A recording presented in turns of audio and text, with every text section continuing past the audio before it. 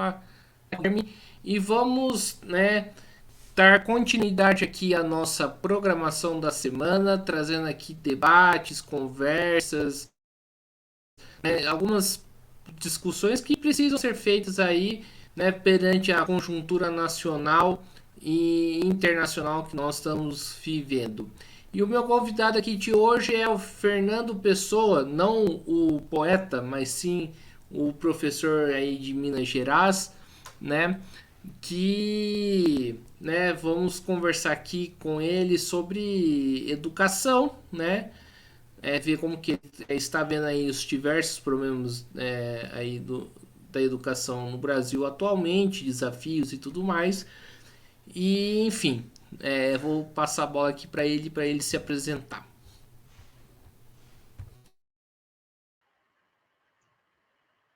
Boa tarde, Guilherme. Agradecendo aí ao canal Mesa de Debates. Meu nome é esse, Fernando Pessoa, eu sou professor de matemática e física e trabalho na rede particular e na rede pública. E sou militante base do POR.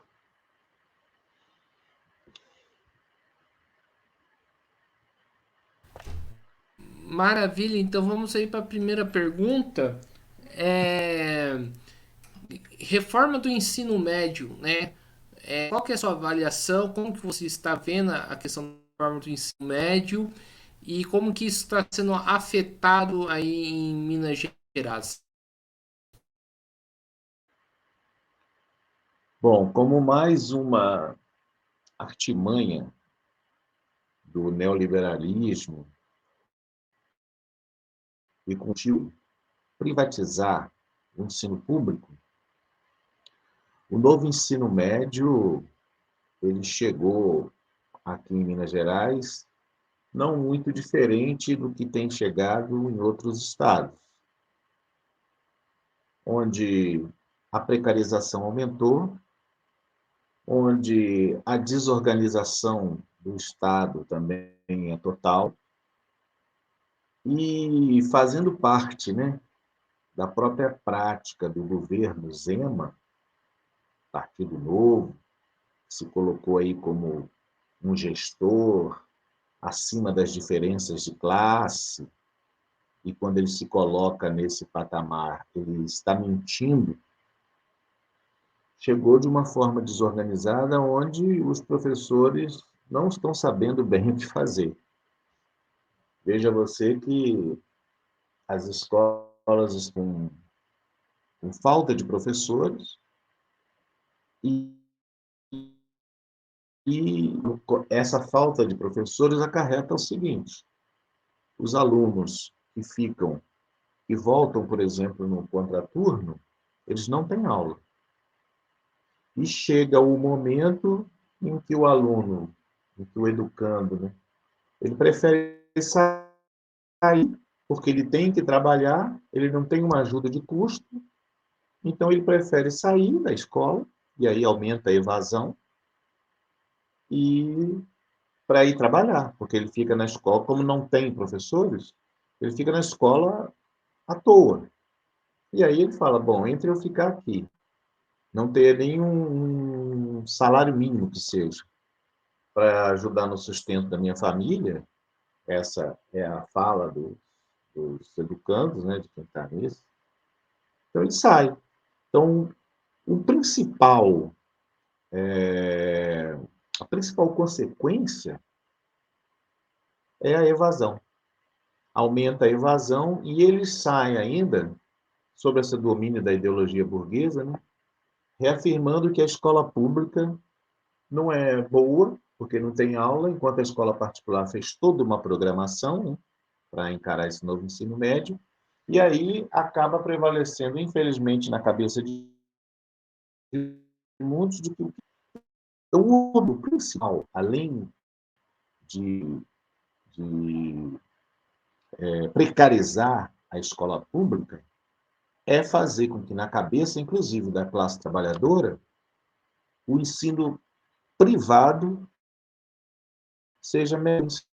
É isso que o Zema tem trabalhado com afinco para fazer. Então, essa é a decorrência pior. Evasão, precarização do ensino, precarização das relações de trabalho dentro da escola com os professores. E isso aí vai fazendo o desânimo aumentar cada vez mais.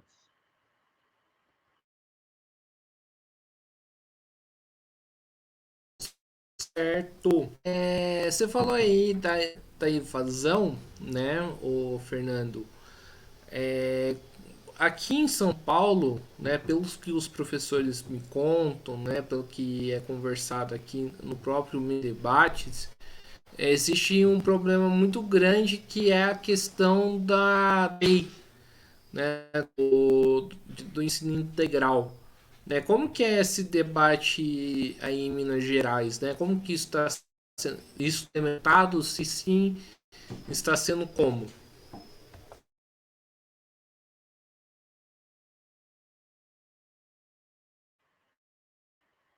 Quando, quando o governo Zema, quando o governo Zema, que é um governo liberal e que pretende precarizar cada vez mais a escola pública, nada disso, todas essas ações do governo, eles vieram de uma forma de cima para baixo.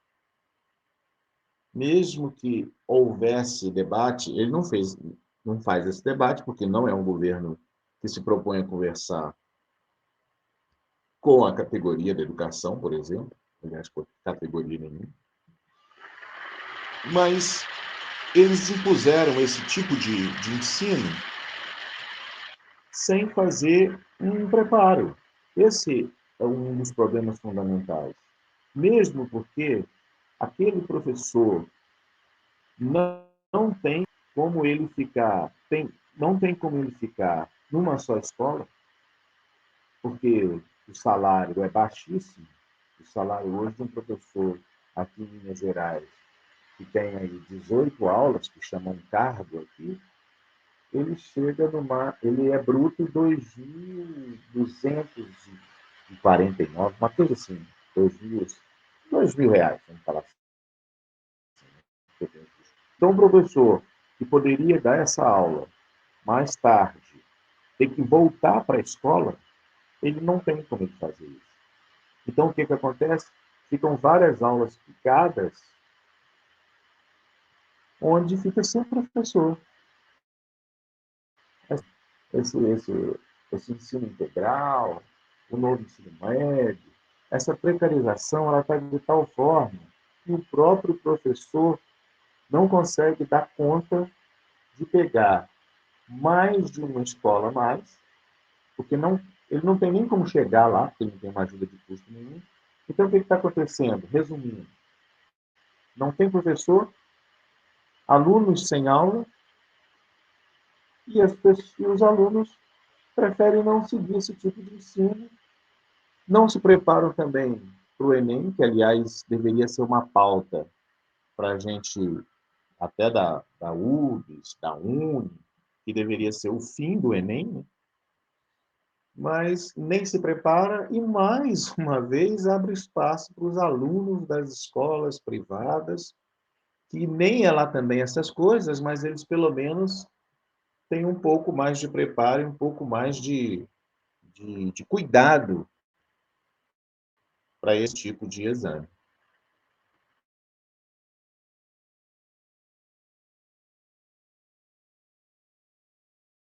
E é correto falar que essas últimas reformas, esses últimos ataques, aumentam o abismo entre a escola pública e a escola privada? Olha, aumenta entre a escola pública e a escola privada, aumenta. Por quê? Porque, inclusive, esse novo ensino médio, ele foi uma pressão dos conglomerados da educação da rede privada. Em, em dezembro, já no ano passado,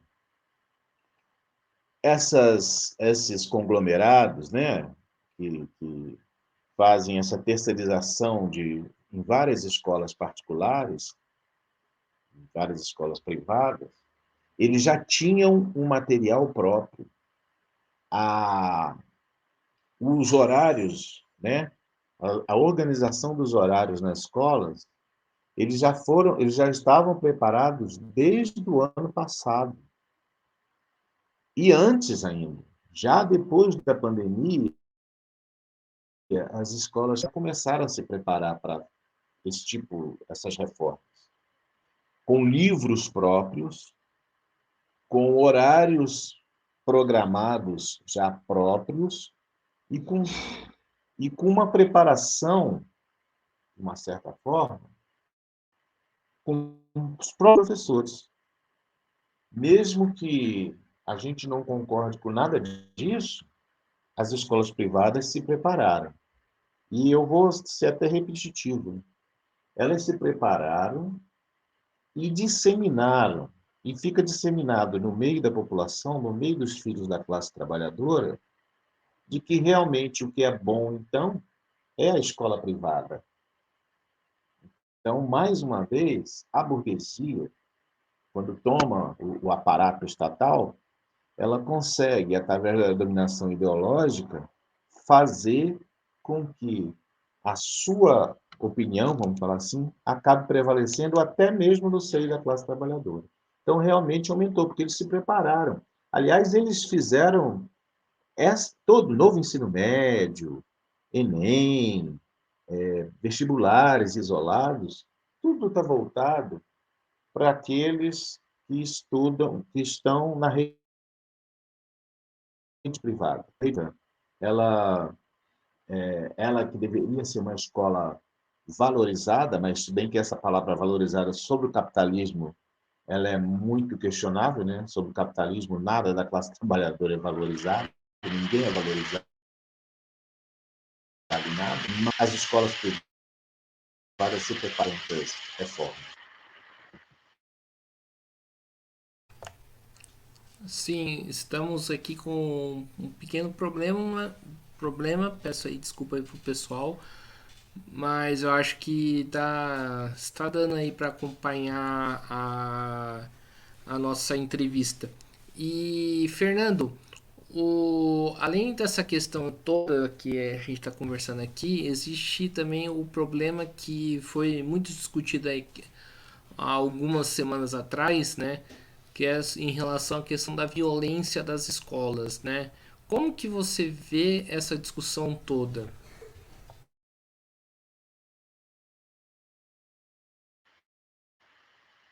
A violência, a gente não pode deixar de falar que a violência é na própria sociedade.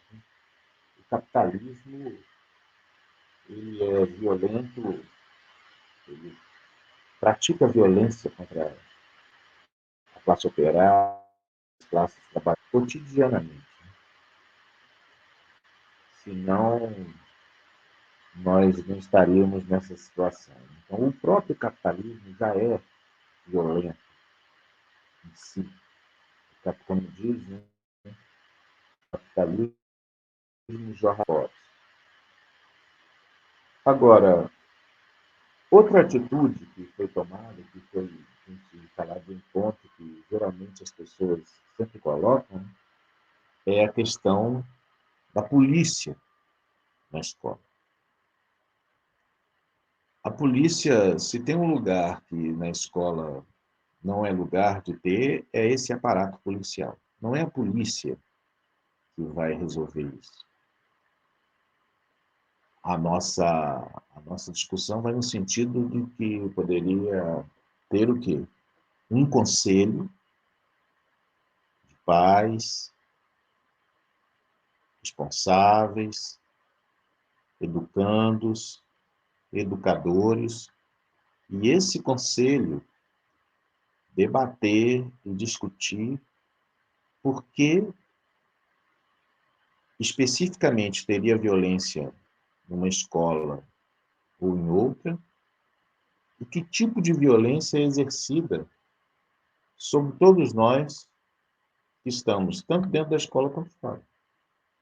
Então, analisar primeiro que o capital é violento, isso tem como consequência a violência intrínseca dessa loucura que a gente vê por aí.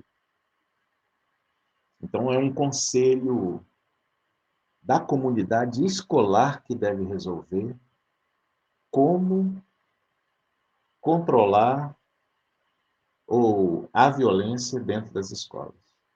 Porque essa é a melhor saída. Não com polícia, não com vir de fora, não com militarização das escolas. Não é isso que vai resolver. O que vai resolver é a própria comunidade escolar fazendo com que as pessoas tenham um sentimento de pertencimento, né, daquele ambiente escolar. Porque o que a gente vê é que quando acontecem essas coisas terríveis, que a gente tem que repudiar mesmo, esses elementos eles não se sentem, além de toda, não tem capacidade para traçar nenhum perfil psicológico, né? Mas essa violência é fruto da sociedade e é fruto daqueles que não se encaixam, que não tenham não se encaixam, não se sente parte integrante daquela comunidade. E aí ele coloca como uma coisa que vem de fora. Para, de novo, não ficar repetitivo, é um conselho deliberativo. Não é só para consultar, como existe hoje aqui, não sei se existe isso em São Paulo, mas existe o colegiado. O colegiado, hoje, nas escolas públicas, por exemplo, ele é só para ver documentos, que geralmente dois, três que leem já apresentam os pontos principais, e as pessoas assinam e vão lá até forçada na reunião. Então, deveria ser um conselho deliberativo para ele resolver, para esse conselho discutir o que pode ser feito e o que não pode ser feito dentro das escolas.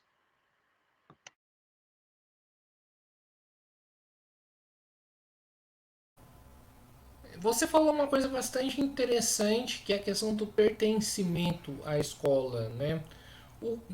A pergunta que eu faço aí para você é o que fazer para o aluno se sentir, né, parte da escola, né?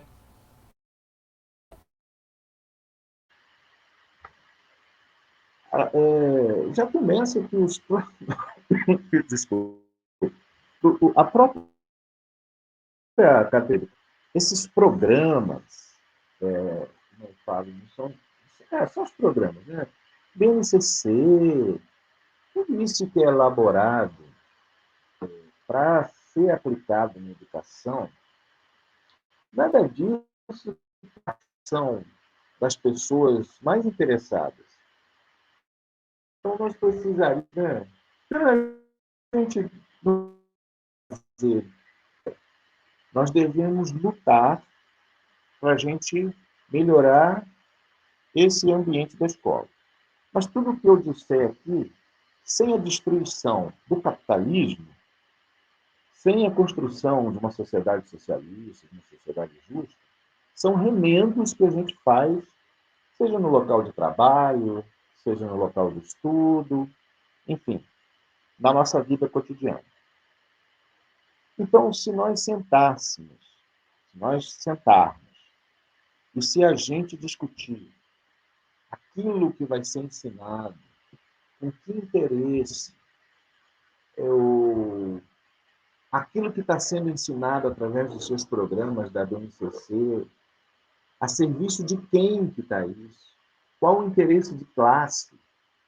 Então, a gente pode, dentro da escola, fazer esse debate e entender que existem duas classes antagônicas, a burguesia e o proletariado. Enquanto a gente tiver uma educação ditada pela burguesia, nós, a comunidade, os trabalhadores, os alunos, seja quem, nós não vamos ter esse sistema de pertencimento. O que a gente pode ter, a gente engatinhar, é que a gente possa discutir e debater aquilo que vai ser ensinado e para que serve aquilo.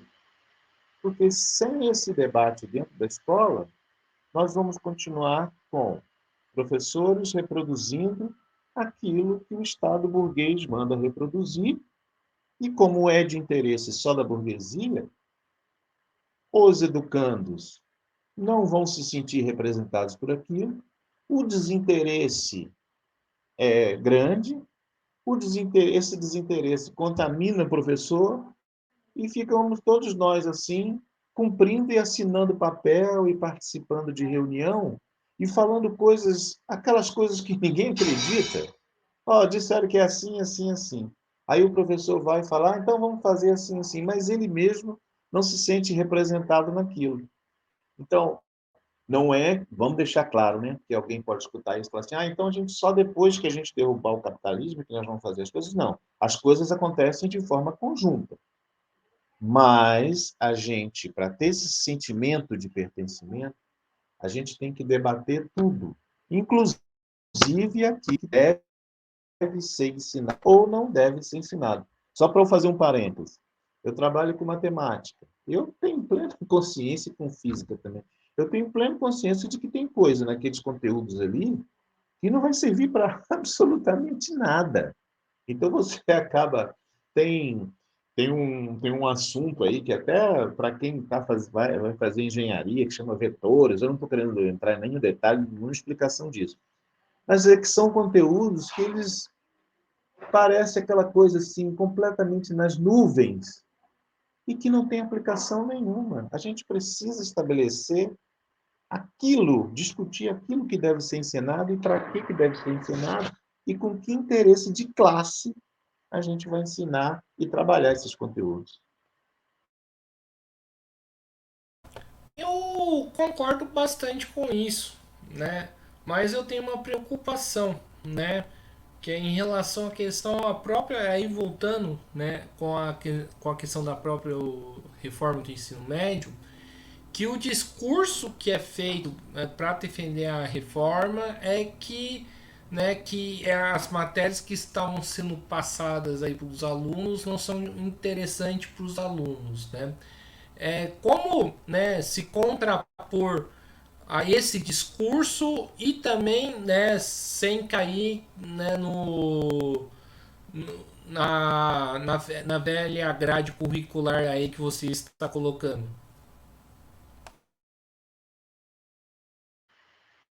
A gente volta àquele ponto anterior, né?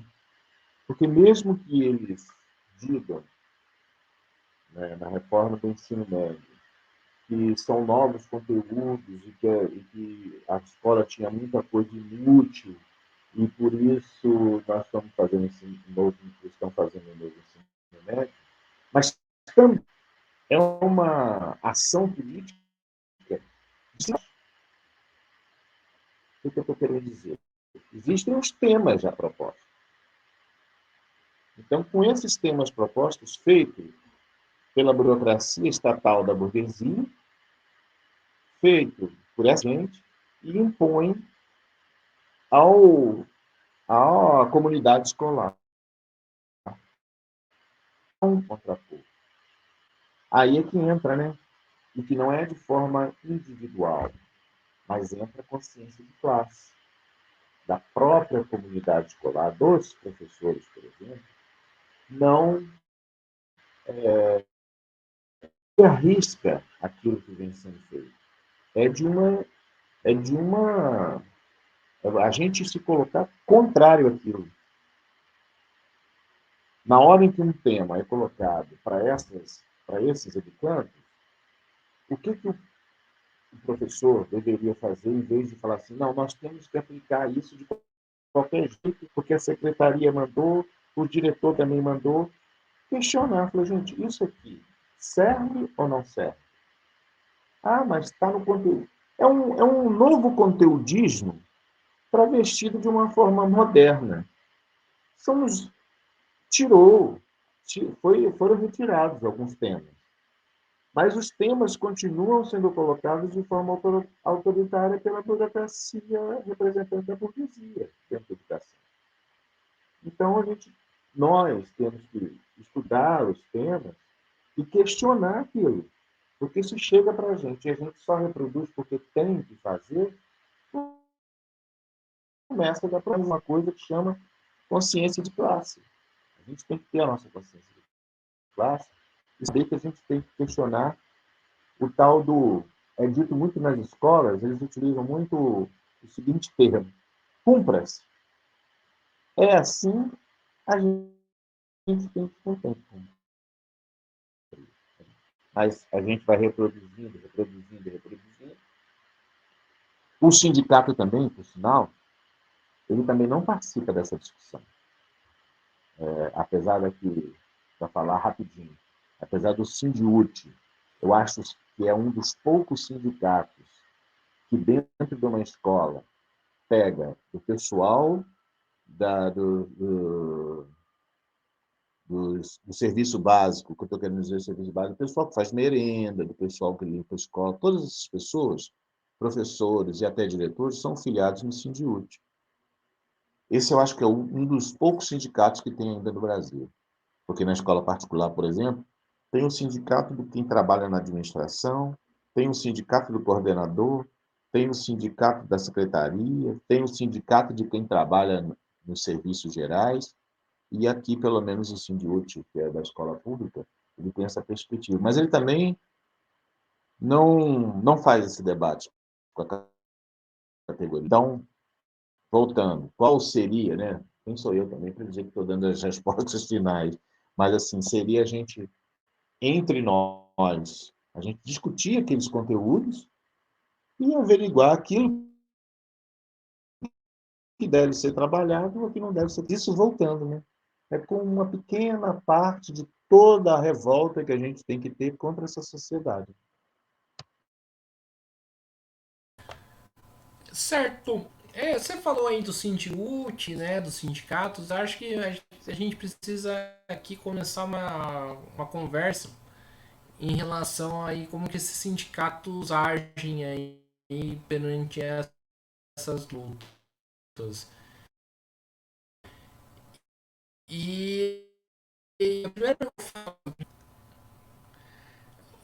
primeiro passo que eu faço para a gente entender essa conversa em relação à questão, à postura, né, que o PT vem tendo em relação à questão da reforma do ensino médio, né? Como que você avalia essa postura do Lula, do Camilo Santana, né, de não querer revogar, né, a reforma do ensino médio?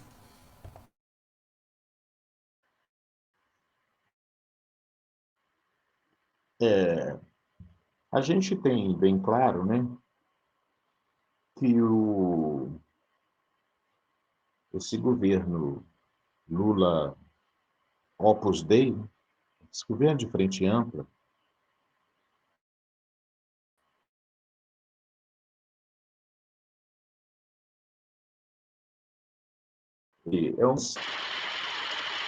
só nas perfumarias, né?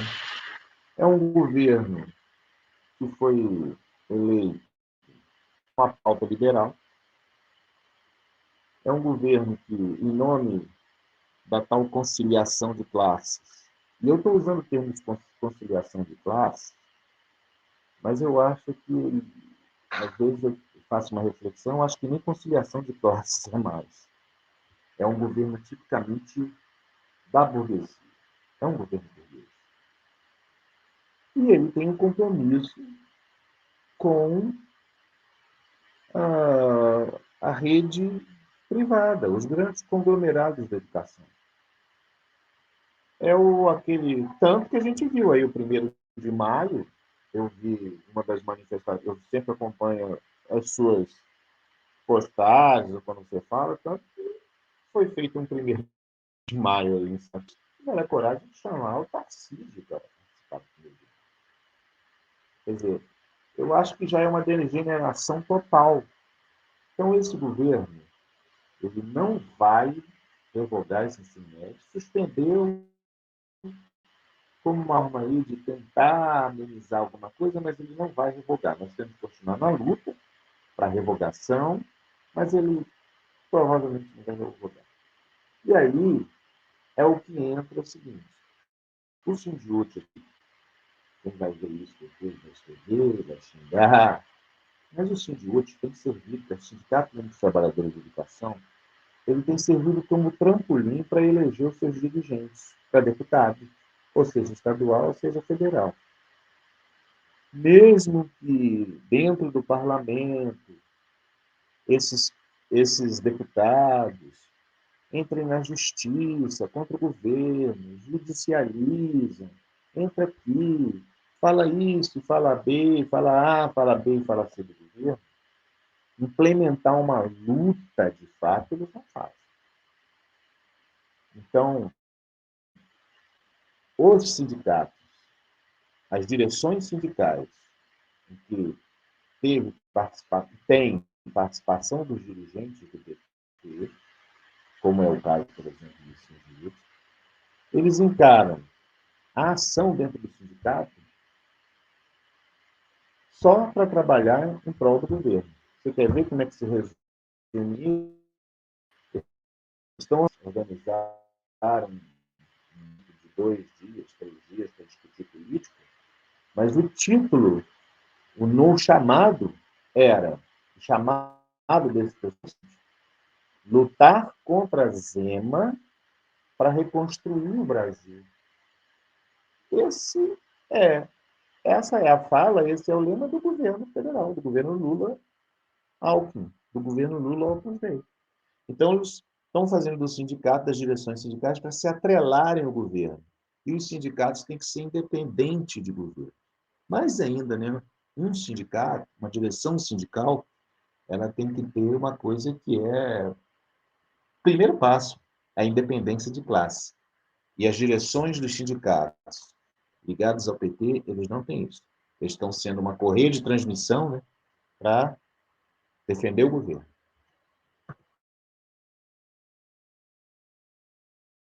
É certo.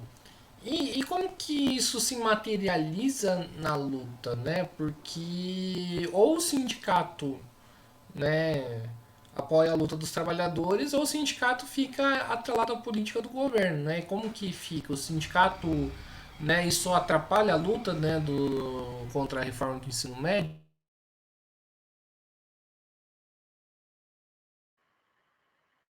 Ah, sim, esse é um fator que atrapalha. Mas, mesmo assim, nós agora estamos construindo, aqui em Minas Gerais, a corrente proletária da educação.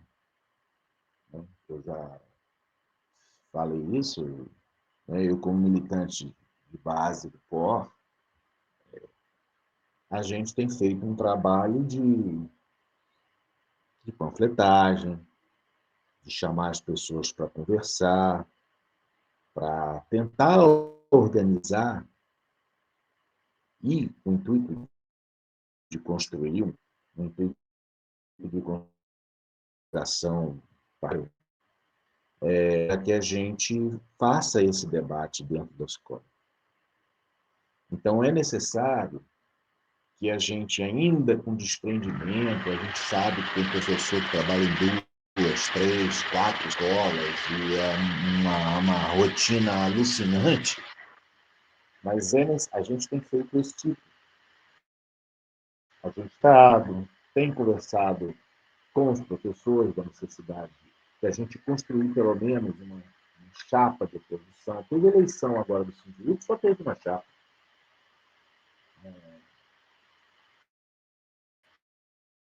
Eleição dos professores da rede particular, que é o Simpre, também só teve uma chapa. Então, as pessoas, como elas não estão se identificando, elas têm uma disposição de luta, porque elas não estão se identificando com essas direções, com essas direções sindicais. Agora, é uma luta difícil, né? Não estou dizendo que é impossível, mas uma luta difícil, porque ele olha para o governo é contra ele. Ele olha para a sua direção do sindicato, a sua direção sindical, ela é conciliadora, ela não chama para a luta e ela diz que quer resolver tudo sozinha. Fizemos quantas assembleias foram feitas de forma virtual, mesmo depois de nós estarmos vacinados. Então, se coloca acima da categoria como que essas direções é que vão querer resolver. E o professor está cansado, o educador está cansado, ele fica. Que a gente tem, ele. concorda com a gente. Falta de espaço para as pessoas militarem numa organização, seja qual for, né? Vou dizer que é A, que é B, que é C. Militar numa organização, saber que às vezes também nessa organização a gente nem tudo concorda com tudo, mas que tem no seu concorda. E aí é que está. É uma organização onde junta as pessoas para a gente poder lutar. Repetindo, o que a gente tem feito?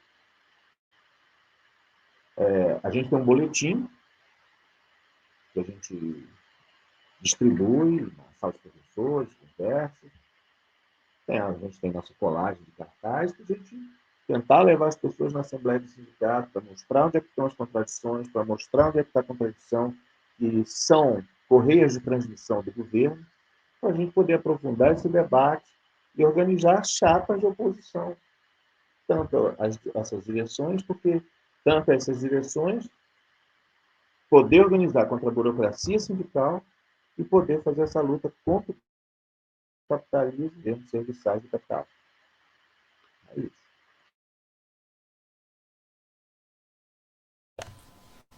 Sim, além do POR, né, da corrente proletária pela educação, existe outros grupos aí de oposições aí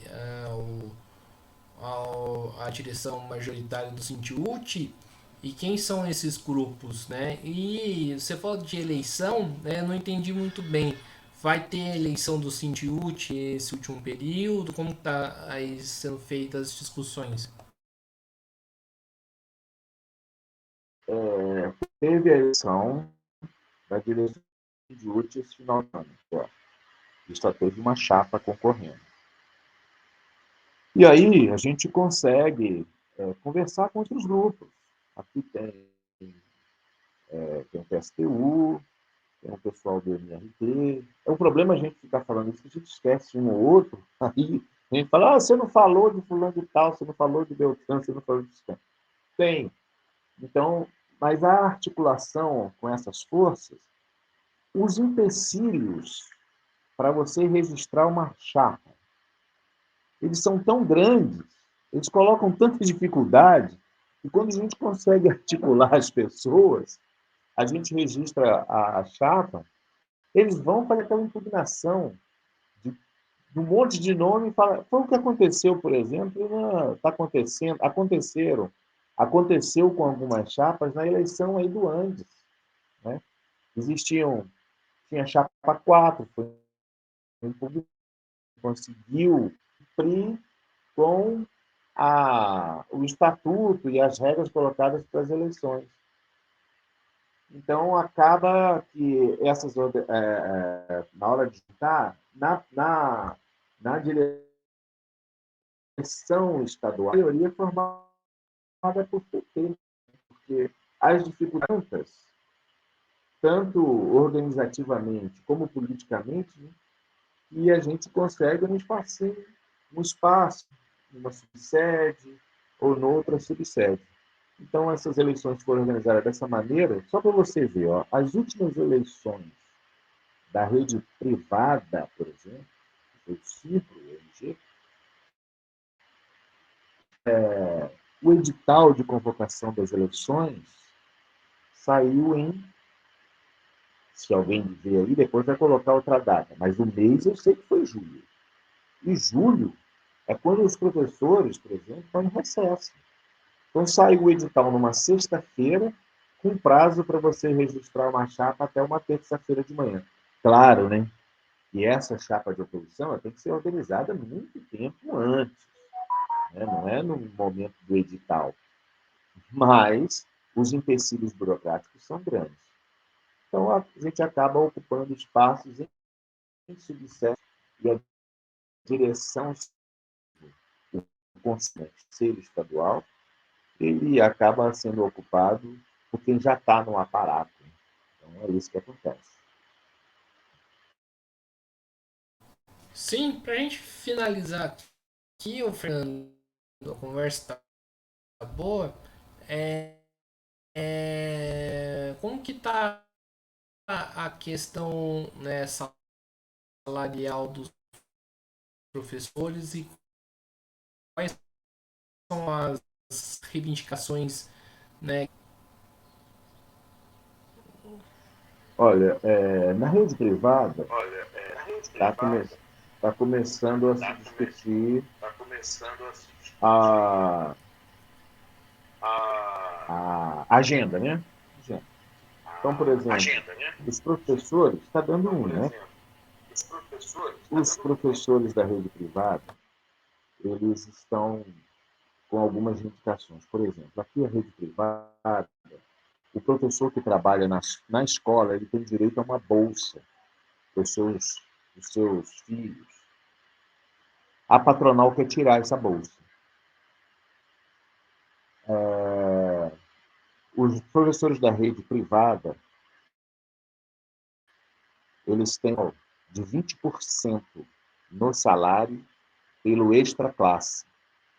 A patronal quer tirar esses 20% e passar para 5%, se não estiver enganado. E enquanto o sindicato, a direção do sindicato, quer que passe para 40%. Só mais coisa. Na rede privada ainda, eles estão querendo cortar a bolsa, porque você pode ter trabalha numa escola A, mas seu filho estuda numa escola B. Se por acaso você atrasar um mês e você tem direito à bolsa lá, de 100%, de 80%, de 40%, e se você atrasar no pagamento da mensalidade, a patronal quer cortar essa bolsa. Fora o aumento, que eles aumentaram as mensalidades da escola acima da inflação, e o percentual que está sendo dado é bem abaixo da inflação. Na rede pública, a luta é pelo piso. O Zema não paga o piso e quer dar um aumento agora, naquela manifestação lá de 21 de abril, quando ele condecora as pessoas lá, ele disse que quer dar um aumento de 12%, em torno de 12%. Só que para chegar ao piso, esse aumento tem que ser de 16%, 17%. O pessoal da rede pública que trabalha nos serviços gerais, eles não recebem nenhum salário mínimo. Recebem menos que um salário mínimo. E a luta é para se chegar, para que se tenha um aumento, para que supere, pelo menos, esse salário mínimo. Né? Porque o pessoal, são as ASBs que se chama, Auxiliar de Serviço de Educação Básica, eles não recebem nem um salário mínimo. Só na rede particular, rapidinho, a hora-aula do professor é R$ 23 e alguma coisa. Vou colocar R$ 24, mas não chega a isso. R$ 24. Se você fizer uma comparação aí, no estacionamento lá em Belo Horizonte, se você colocar... Isso aí dá 3 horas do estacionamento de um carro lá em Belo Horizonte. Fora o seguinte, né? Que é assim como na rede pública, na rede privada, existem cidades pelo interior onde o dono de escola pressiona mesmo, diz que não vai pagar, que não tem dinheiro, e tem, porque ele reajustou suas mensalidades, diz que não vai pagar, e aí tem que judicializar, tem que fazer uma série de coisas, e não consegue nada. Mas tudo isso por quê? Para a gente fechar. Porque tanto a direção do Simpla, que é da rede privada, quanto a direção do Sindiúti, não organiza a categoria. Quer resolver? Não, né? Sempre quer tentar resolver sentando à mesa, achando que patrões e achando que governos a serviço da burguesia, com aquele discurso de valorizar a profissão. A gente precisa entender que nenhum desses setores da classe dominante vai valorizar o trabalhador. A única coisa que valoriza o trabalhador é a luta. Quando se dispõe a lutar, quando ele se dispõe a se organizar no seu local de trabalho, no seu local de moradia, para a gente poder destruir esse sistema que nos oprime. Continuando nesse último bloco de perguntas, você falou aí da questão do piso né, salarial, né, que o Zema não paga na rede pública, né? Mas o Zema aumentou seu próprio salário, né? E aumentou muito bem. Como que você vê isso?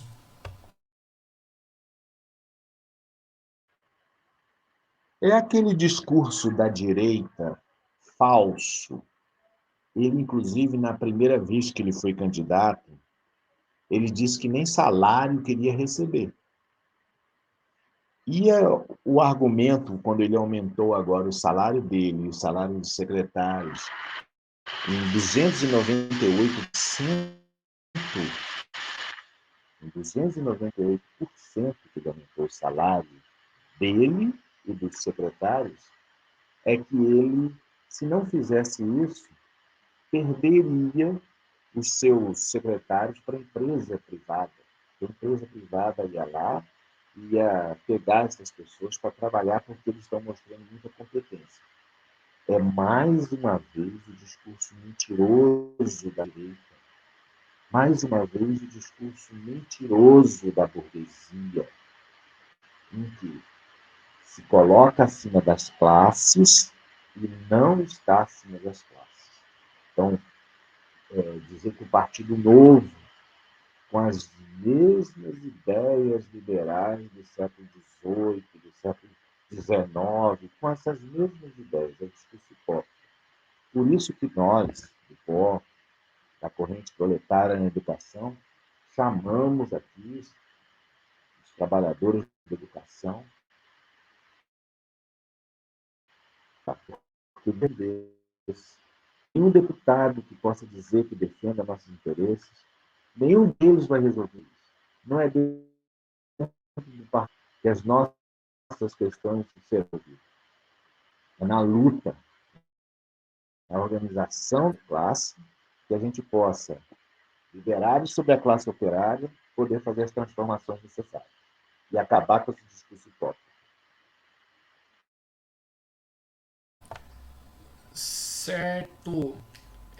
E como que agem aí os deputados estaduais aí do PT em relação ao governo Zema? Porque aqui em São Paulo, né, a deputada estadual que é presidente da POSP votou aí no candidato do Tarcísio, né, na Lesp, e votou pelo aumento de salário aí do governador, né? Como que age aí o, os deputados estaduais aí do PT? Aqui, pelo menos, eles não reproduziram esse efeito Bebel, né? Eles uma oposição firme, né? Nós temos aqui um dos mais votados aí, está sendo até cotado aí para ser candidata a governadora aí, que é a Beatriz Cerqueira, ela é presidente da CUT. Eles, pelo menos, os que votaram contra, tem dois, tem uma, não, agora nem, tem uma só, uma deputada do PSOL e tem uns 7 ou 8 do PT, mas continua com aquela mesma política, né, de colocar na cabeça das massas que é votando num candidato e elegendo um deputado bonzinho que as coisas vão resolver.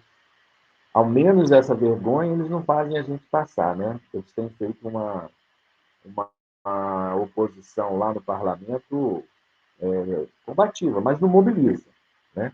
Combativa dentro do parlamento. Estão denunciando a Serra do Curral, que o Zema está abrindo para as mineradoras.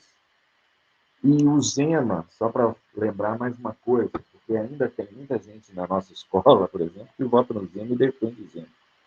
O Zema, por exemplo, ele isentou de imposto, do imposto devido ao governo o dono da Localiza. O dono da Localiza foi o maior, não sei se pode falar Localiza, já falou, o dono dessa empresa de locação de carro, ele foi o maior doador de campanha para o Zema. E o Zema são impostos. A compra do metrô agora, né? A privatização do metrô, para uma família que já trabalha com transporte coletivo, uma família de mafiosos. Gente que está mexendo, que sabe nos bastidores, que até luta aí por até mandar matar e assassinar os outros, já foi mandado. E abrindo Minas Gerais, aquilo que poderia ainda ser conservado para os mineradores. Você imagina, você sabe, deixar na Serra do Curral mineradores explorarem sem problema nenhum, porque acha que isso aí não tem problema, mas por quê? Porque doou dinheiro para a campanha dele. Então, é isso que tem sido feito por aqui. Então é isso aí, pessoal. Estamos encerrando aqui mais uma live do Mesa de Debates. Quero primeiramente aqui agradecer à presença do Fernando pela boa conversa, apesar de alguns problemas aí técnicos de internet. Mas eu acho que acredito que as pessoas consigam, né, acompanhar aqui a nossa conversa, né, e consigam entender principalmente a mensagem que o Fernando está passando.